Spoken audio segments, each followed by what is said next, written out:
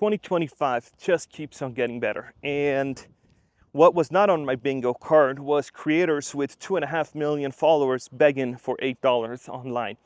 And it is just an absolute craziness out there in the market. Marketing budgets aren't there, and creators are misinterpreting their audiences. And we're going to talk about Hub's life today. So who is Hub's life? Why do you need to care? And what are we going to learn from it? In this video, we're going to cover it all. So Hub's life is this creator that basically gained 2.5 million followers of basically making normal, relatable content. And when I talk about normal, relatable content, I mean they're not partying on boats, they're not partying on yachts, they're not drinking $800 champagne bottles, they're not driving Lamborghinis, they're not flying first class around the globe. No, they're not doing none of that. So Hub's life basically gained a huge following of just posting his regular 9 to 5.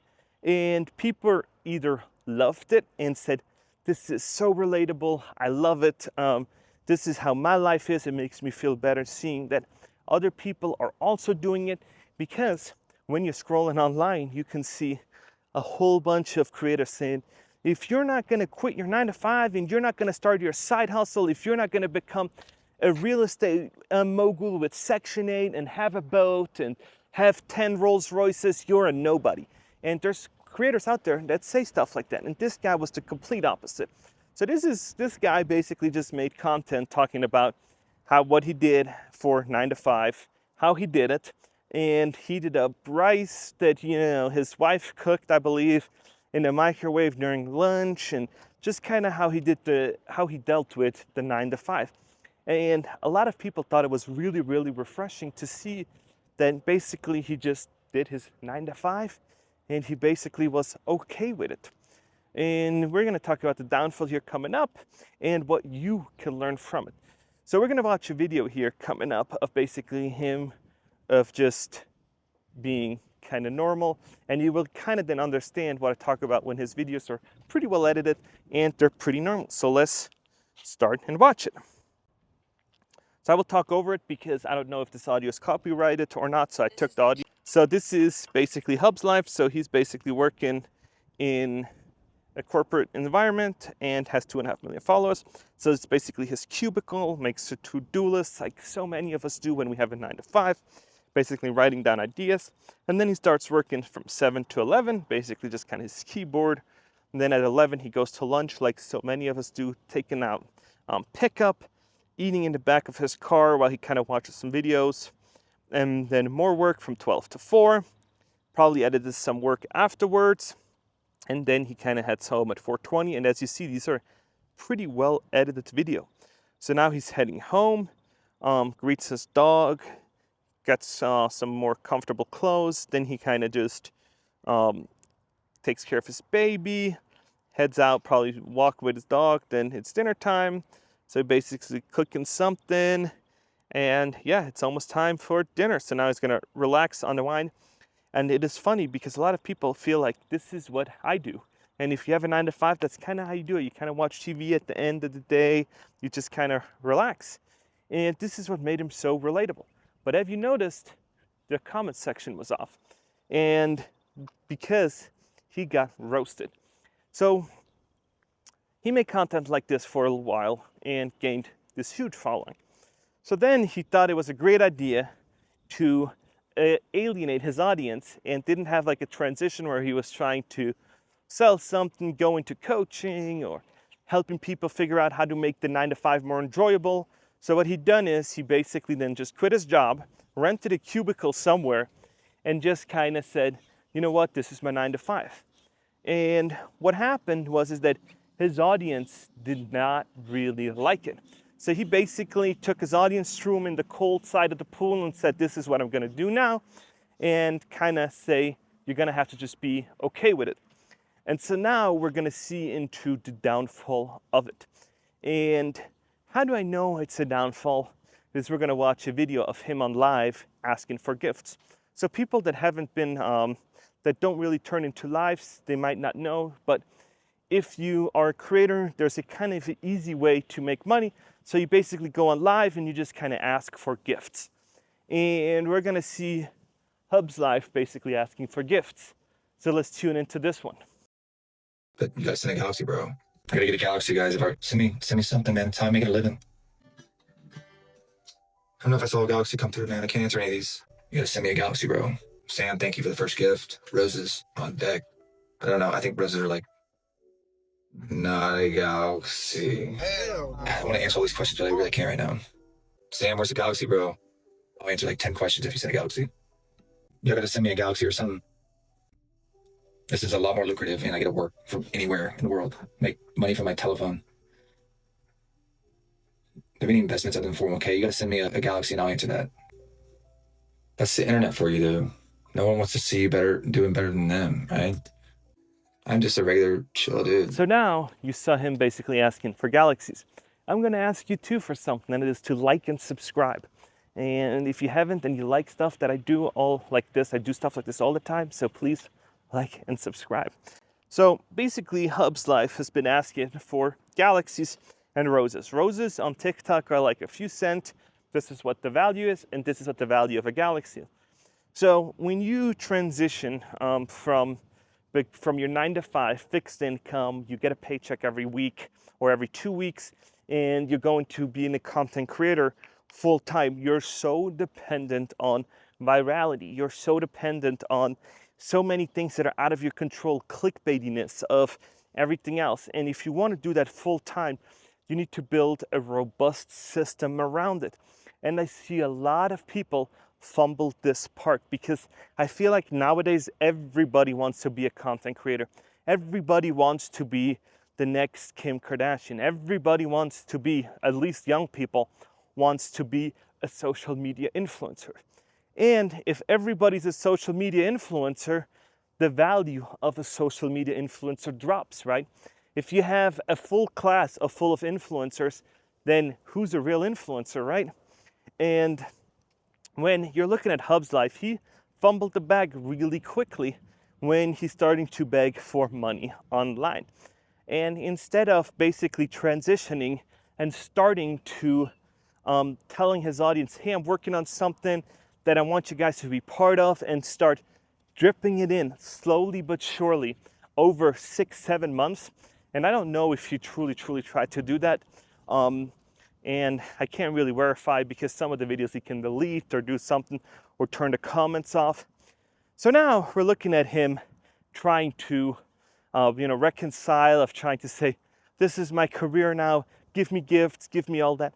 And for me as an audience, and whenever I watch stuff, it is so sad to see people beg for money. And when I look at other countries in the world, there's always hustlers, and there's always something in exchange. Just to answer a question, you shouldn't really go on a live, ask for galaxies.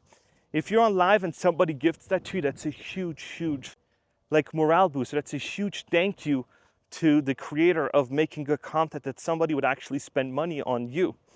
And what he didn't realize is who he's talking to. So now, if you are in the corporate world and you're a scientist and you want to talk to VPs and you're a scientist, you're very technical, you need to change your tone to the VP level, more general, less buzzwords, or the less science language, more common language, right?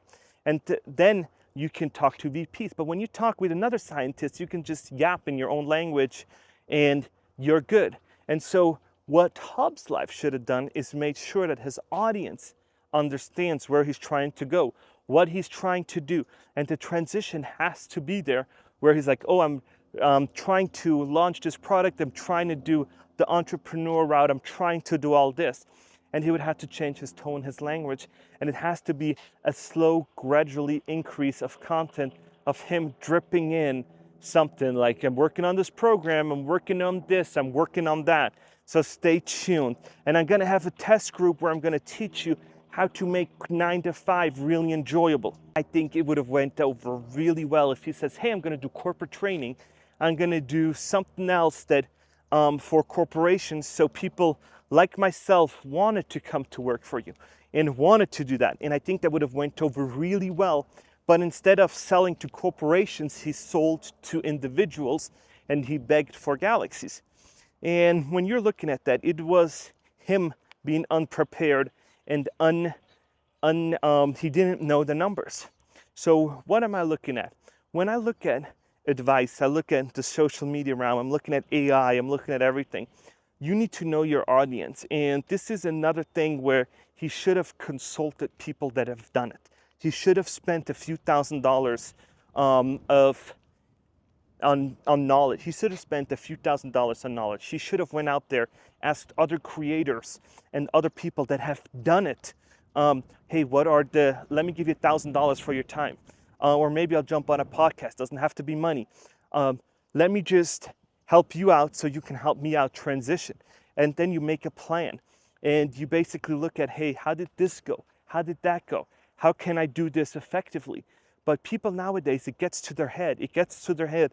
They think they're entitled to people's time. They think because they got a huge following, that everything's going to work out. And as you see, he's not the first influencer that thought like, oh my gosh, I'm going to sell something and it didn't work out. People had, there was this one influencer with I think 4 million followers or something, and she sold like 36 t-shirts or something. I have it on the screen.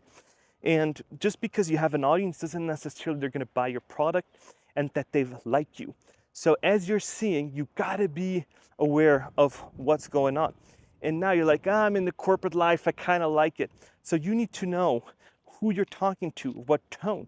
Like I said, if you're a scientist and you talk to another scientist, you can use all the Latin words as possible, and it can be all Latin, it can be all kinds of crazy words. But if you're talking to higher up, you need to zoom out. They might not know what you're talking about. So you need to then make it so they understand it. You need to talk more high level, more common knowledge words, right? And yeah, that's kind of how it goes. And that's kind of how you can build a brand around yourself of being relatable, of talking to others, of making people wanting to work with you and getting promotions and all kinds of stuff like that. And I feel like he didn't have a mentor. He didn't have the knowledge to pull it off, because with 2.5 million followers, he could have made something really, really cool, but he kind of fumbled it.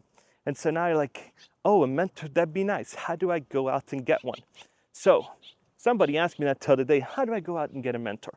And when you get a mentor and you're looking at, I really trying to get grasp in my industry, I got to do that.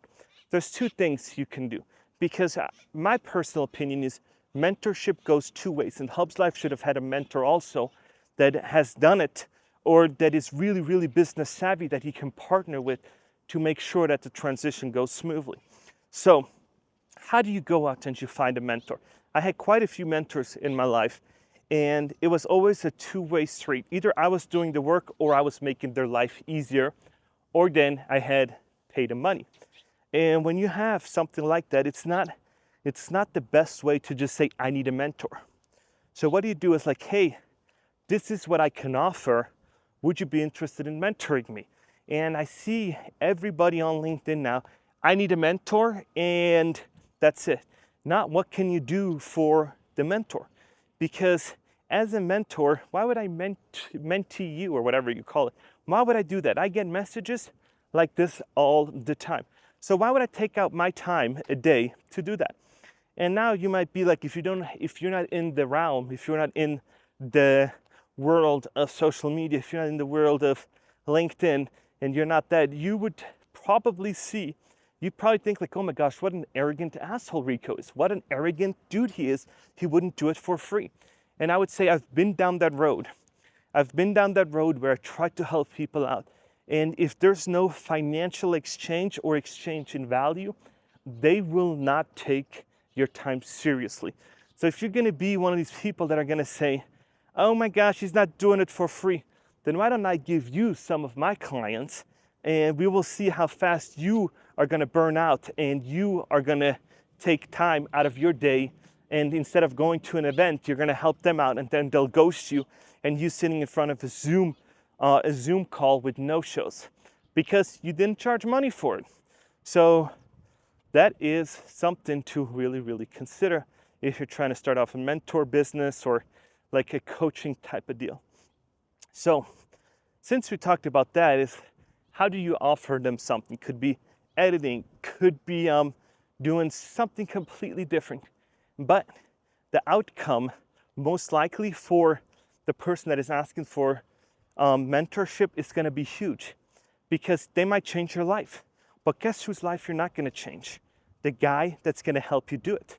Because what are you going to give him to do it? It's not like it's like, oh, it's my hobby to mentor people or something like that.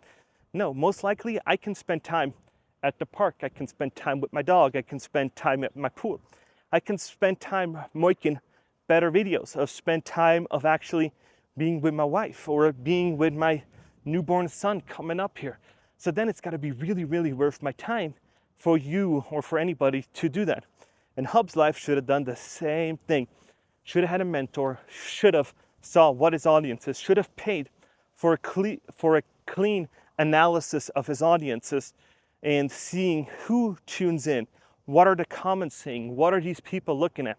And yeah, it would have costed him something, but the outcome would have catapulted him from 2.5 to 5, 6, 7 million followers. And I think that would have been really possible if he would have not fumbled it and asked it for galaxies online.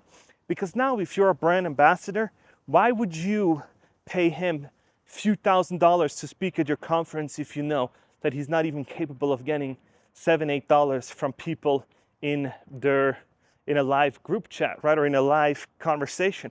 So you know that the value of his content creation went down. So that is why when you take on brand deals and you do that, it is the longer you hold out on brand deals, the more money you're gonna get, because you're a hot commodity, right?